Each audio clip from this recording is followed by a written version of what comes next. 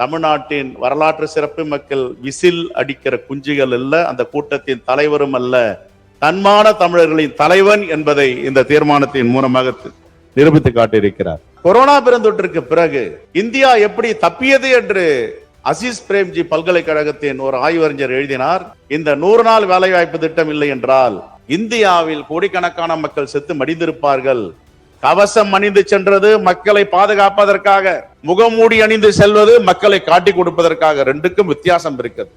இந்த ஏற்றத்தாழ்வுகளை இந்த 100 நாள் வேலை வாய்ப்பு திட்டம் குறைத்திருக்கிறது. அங்க சாதி இல்லை, மதம் இல்லை, தமிழ் இனம் ஒன்றாக சேர்ந்து அனைவரும் இந்த 100 நாள் வேலை வாய்ப்பில் கலந்து கொள்கிறார்கள்.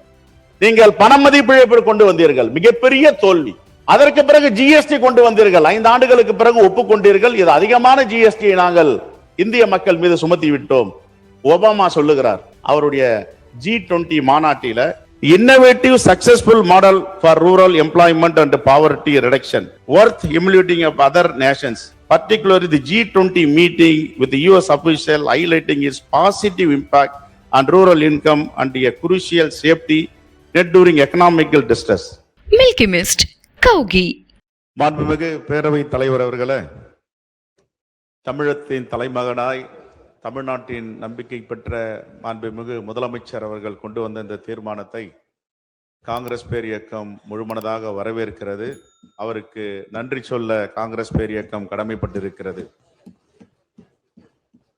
எவ்வளவு நெருக்கடி வந்தாலும், எவ்வளவு தாக்குதல்கள் வந்தாலும் தமிழ்நாட்டு மக்களின் உரிமைகளை கொடுக்க மாட்டேன் என்று தைரியமாக நின்று தமிழ்நாட்டு மக்களின் தலைமகனாக இன்று போராடி கொண்டிருக்கிற மாண்புமிகு முதலமைச்சர் அவர்கள் இந்தியாவில் முதல் முறையாக முதன்மை மாநிலமாக கொண்டு வந்திருக்கின்ற மாண்புமிகு முதலமைச்சர் இந்த தீர்மானத்தையும் இந்தியாவின் முதல் சட்டப்பேரவை என்ற பெயரை தமிழ்நாட்டிற்கு ஈட்டி கொடுத்திருக்கிறார்.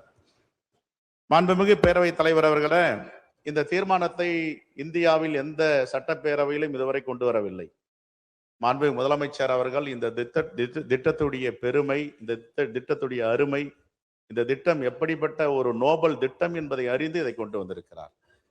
தமிழ்நாட்டு மக்களை நலனை யார் காட்டி கொடுத்தாலும், மறைமுகமாகவும் முகமூடி அணிந்தும் புதுடில்லிக்கு அடகு வைத்தாலும், ஆனால் தனி ஒரு தலைவனாக நான் தமிழ்நாட்டை காப்பேன் என்று உறுதியேற்கின்ற மாண்புமிகு முதலமைச்சருக்கு மீண்டும் நாங்கள் நன்றியை தெரிவிக்க கடமைப்பட்டிருக்கிறோம்.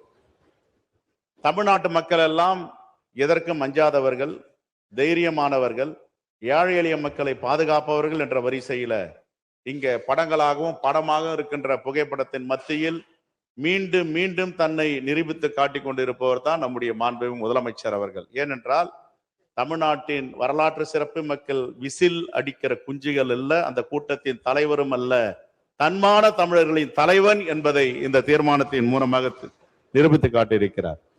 இந்த சட்டம் இந்த சட்டம் கொண்டு வந்தது முதலில் UPA 1 ஆட்சியில் இருக்கும் பொழுது முத்தமிழறிஞர் கலைஞர், சீதாராம் யெச்சூரி பல தலைவரோடு ஆலோசித்து அன்னை சோனியா காந்தி அவர்கள் இந்த வரலாற்று சிறப்புமிக்க திட்டத்தை 100 நாள் வேலை வாய்ப்பு திட்டம் என்று சொல்லுகின்ற மகாத்மா காந்தி ஊரக வேலை வாய்ப்பு திட்டத்தை கொண்டு வந்தார்கள். இந்த திட்டம் என்பது உலக தலைவர்களால், ஆய்வறிஞர்களால் பாராட்டு பெற்ற திட்டம்.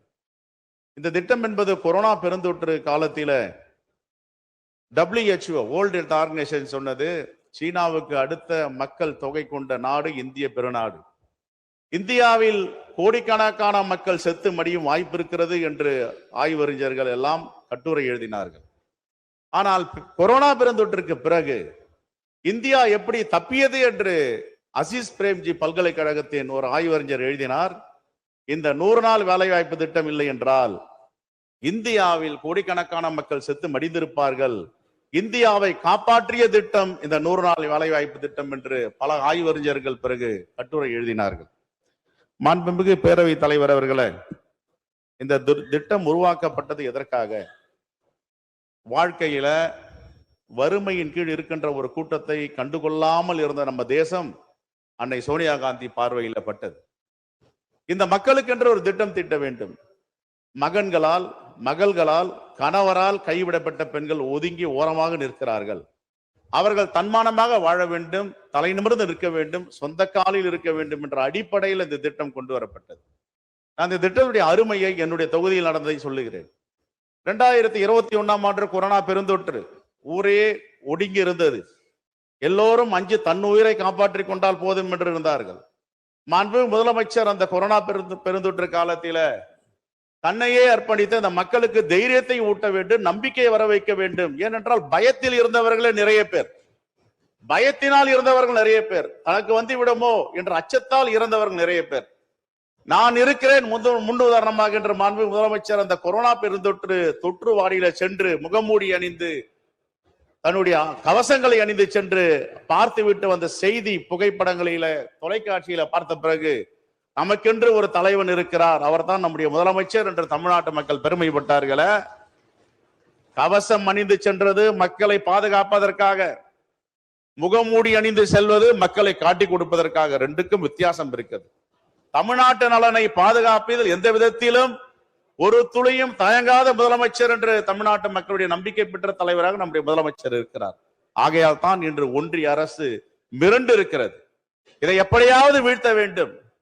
எதற்கெடுத்தாலும் போராட்டம், எதுக்கெடுத்தாலும் வலிமையான குரல் ஒன்று தமிழ்நாட்டிலிருந்து ஒலிக்கிறது. அதுதான் இந்தியாவில் பற்றி கொண்டிருக்கின்ற தீப்பொறி. இதை அணைக்க முடியுமா, ஒடுக்க முடியுமா, ஒதுக்க முடியுமா, அசைத்து பார்க்க முடியுமா என்று படையெடுக்கிறார்கள் வடநாட்டை சார்ந்தவர்கள். ஆனால் தமிழ்நாட்டு மக்கள் ஒருபோதும் அதற்கு இடம் கொடுக்க மாட்டார்கள். இந்த கொரோனா பெருந்தொற்று காலத்தில் நீங்கள் எப்படி தமிழ்நாட்டு மக்களை காப்பாற்றினீர்களோ வருங்காலத்திலும் எங்களை காப்பாற்றுவீர்கள். ஆகையால் தான் மீண்டும் மீண்டும் நீங்கள் முதலமைச்சராக வருவீர்கள் என்று தமிழ்நாட்டு மக்கள் நம்முடைய முதலமைச்சர் மீது நம்பிக்கை வைத்திருக்கிறார்கள். இந்த நூற்றாண்டு கண்டிராத ஒரு மிகப்பெரிய திட்டம். இந்த திட்டத்துடைய பெருமை என்ன? நான் என்னுடைய தொகுதியில கொரோனா பெருந்தொற்றுக்கு பிறகு ஒரு மகன் இறந்து விட்டார், தந்தை இல்லை, தாய் மட்டும்தான். அந்த அம்மாவிடம் போய் துக்கம் விசாரிக்க செல்லுகிறேன்.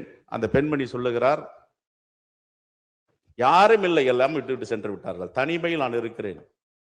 அந்த பெண்மணி சொல்லும் பொழுது, இந்த சேலை நான் கட்டி இருப்பது கலைஞருடைய மகன் முதலமைச்சர் பெயரை சொல்லி அவர் கொடுத்த சேலை பொங்கலுக்கு. இந்த சேலையில நான் முடிந்து வைத்திருப்பது சோனியா காந்தி அம்மா கொடுத்த 100 ரூபாய் திட்டம். என்னுடைய சேலையில முடிந்து வைப்பது 5000 ரூபாய்க்கு மேல் இருக்கிறது. என்னுடைய தன்மானத்தை பாதுகாப்பதற்காக கலைஞர் மகன் கொடுத்த சேலை, என்னுடைய வாழ்வாதாரத்தை பாதுகாப்பதற்காக இதில் முடிச்சு போட்டு வைத்திருக்கின்ற 100 ரூபாய் நோட்டுகள். இதுதான் வரலாறு. இதுதான் கிராம மக்களுடைய வாழ்க்கையில முன்னேற்றம் கண்டிருக்கின்ற அரசு நம்முடைய அரசு என்பதை அந்த பாட்டியின் மூலமாக நான் தெரிந்து கொண்டேன். மாண்புமிகு பேரவைத் தலைவர் அவர்களே, இந்த ஏற்றத்தாழ்வுகளை இந்த 100 நாள் வேலை வாய்ப்பு திட்டம் குறைத்திருக்கிறது. அங்க சாதி இல்லை, மதம் இல்லை, தமிழ் இனம் ஒன்றாக சேர்ந்து அனைவரும் இந்த 100 நாள் வேலை வாய்ப்பில் கலந்து கொள்ளுகிறார்கள். நீங்கள் அந்த சாதி, நீங்கள் இந்த சாதி எல்லாம் கிடையாது. எல்லா சாதியும் ஒன்றாக 100 நாள் வேலை வாய்ப்பு திட்டத்தை பணியாற்றுகின்ற இந்த பணியை பார்த்து தான் ஒபாமா சொன்னார், உலக வங்கி சொன்னது, UDP சொன்னது, ஐநா சபை சொன்னது. இது போன்ற திட்டங்கள் உலகத்திலே இல்லை. இந்த திட்டம் இந்தியாவிற்கு மிகப்பெரிய வரப்பிரசாதம் என்று. மாண்புமிகு பேரவைத் தலைவர் அவர்களே, நம்முடைய மாண்பு முதலமைச்சர் அவர்கள் உடனே இந்த திட்டத்திற்கு எந்தவித களங்கமும் பாதிப்பும் வரக்கூடாது என்று ஜனநாயக சக்திகளை ஒன்று திரட்டி ஒரு மிகப்பெரிய ஆர்ப்பாட்டத்தை அறிவித்தார். நான் நினைக்கிறேன் இந்தியாவில் முதல் முறையாக இதற்கும் வழிகாட்டியாக அந்த மாபெரும் மக்கள் திரள் போராட்டம் அமைந்தது. சென்னையில கூட நம்முடைய அமைச்சர் தலைமையில் நடந்தது. அதில் எங்களுடைய தலைவர் எல்லாம் கலந்து கொண்டார்கள். அதற்கு பிறகு இது தொடர் போராட்டம். நாங்களும் பத்திரிகை வாயிலாக மாண்பு முதலமைச்சருக்கு சொன்னோம். இதில் எங்கள் தலைவர் ராகுல் காந்தியும் தலைவர் மல்லிகார்ஜுன கார்கோ இந்த போராட்டத்தை முன்னெடுத்திருக்கிறார்கள். தமிழ்நாட்டில் நீங்கள் தலைமை ஏற்று ஜனநாயக சக்திகளை ஒன்றிணைத்து உங்கள் தலைமையில தொடர் போராட்டம் செய்ய வேண்டும். 13 மாதங்கள் போராடி எப்படி 3 கருப்பு சட்டங்கள், புதிய வேளாண்மை சட்டங்களை திரும்ப பெற்றோமோ, இரவோடு இரவாக நாடாளுமன்றத்தை மூடிக்கொண்டு மக்கள் யாருக்கும் தெரிவிக்காமல் ஜனநாயகத்திற்கு எதிராக 3 கருப்பு சட்டங்களை கொண்டு வந்தார்கள். விவசாய பெருங்குடி மக்களுடைய போராட்டத்திற்கு பிறகு அந்த 3 கருப்பு சட்டங்களை திரும்ப பெற்றார்கள். அதே போன்று இந்த சட்டத்தை உங்கள் தலைமையில திரும்ப பெறும் ஒன்றிய அரசு என்ற நம்பிக்கை இருக்கிறது. அப்படிப்பட்ட போராட்டங்களையும் இந்த தீர்மானத்தையும் நீங்கள் முன்னெடுத்திருக்கிறீர்கள். ஆகவே இந்த உரிமையை மீட்கும் போராட்டத்தில் மாண்பு முதலமைச்சர் வெற்றி பெறுவார் என்ற எங்களுக்கு நம்பிக்கை இருக்கிறது. 65 சதவீத மக்கள் இதுல பயனாளிகளாக இருக்கிறார்கள். இன்கம் செக்யூரிட்டி, இந்த ஊரக மக்களுடைய வருமானத்தை உறுதி செய்கின்ற திட்டம் இந்த திட்டம். இதற்காக இந்த பெயர் மாற்றம். ஏற்கனவே நிதி சுமையை தாழ முடியாத அளவிற்கு மாநிலங்களுக்கு நெருக்கடி கொடுக்கிறார்கள். நீங்கள் பண மதிப்பிழப்பு கொண்டு வந்தீர்கள், மிகப்பெரிய தோல்வி. அதற்கு பிறகு ஜிஎஸ்டி கொண்டு வந்தீர்கள், 5 ஆண்டுகளுக்கு பிறகு ஒப்புக்கொண்டீர்கள். இது அதிகமான ஜிஎஸ்டியை நாங்கள் இந்திய மக்கள் மீது சுமத்தி விட்டோம், குறைத்துக் கொள்ளுகிறோம் என்று குறைத்துக் கொண்டீர்கள். மூன்றாவது, புதிய வேளாண்மை சட்டம் எப்படி அவசரமாக கொண்டு வந்தீர்களோ, நூற்றுக்கணக்கான உயிர் இழப்புகளுக்கு பிறகு மீண்டும் திரும்ப பெற்றீர்கள்.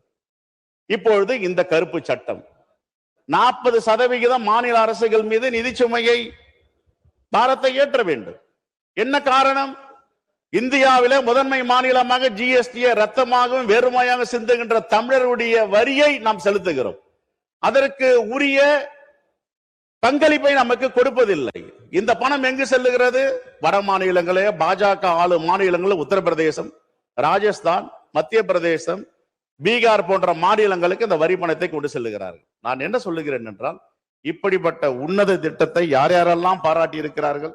ஒபாமா சொல்லுகிறார் அவருடைய G20 மாநாட்டில, innovative successful model for rural employment and poverty reduction worth emulating of other nations, particularly the G20 meeting with the US official highlighting its positive impact on rural income and a crucial safety net during economical distress.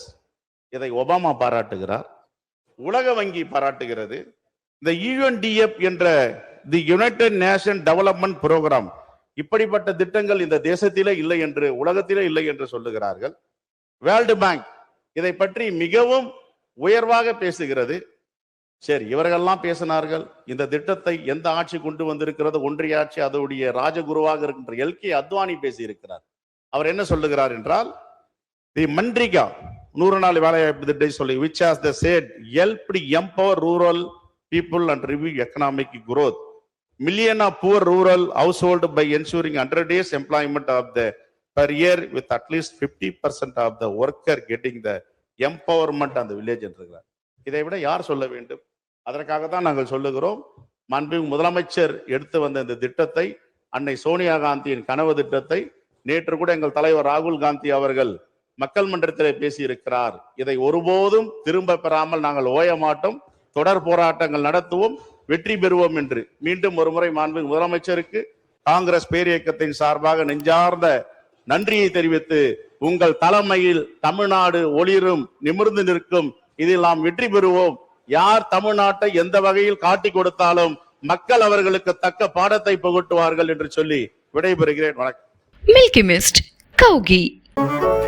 மின்னம்பலம்.com, தமிழின் முதல் mobile பத்திரிகை.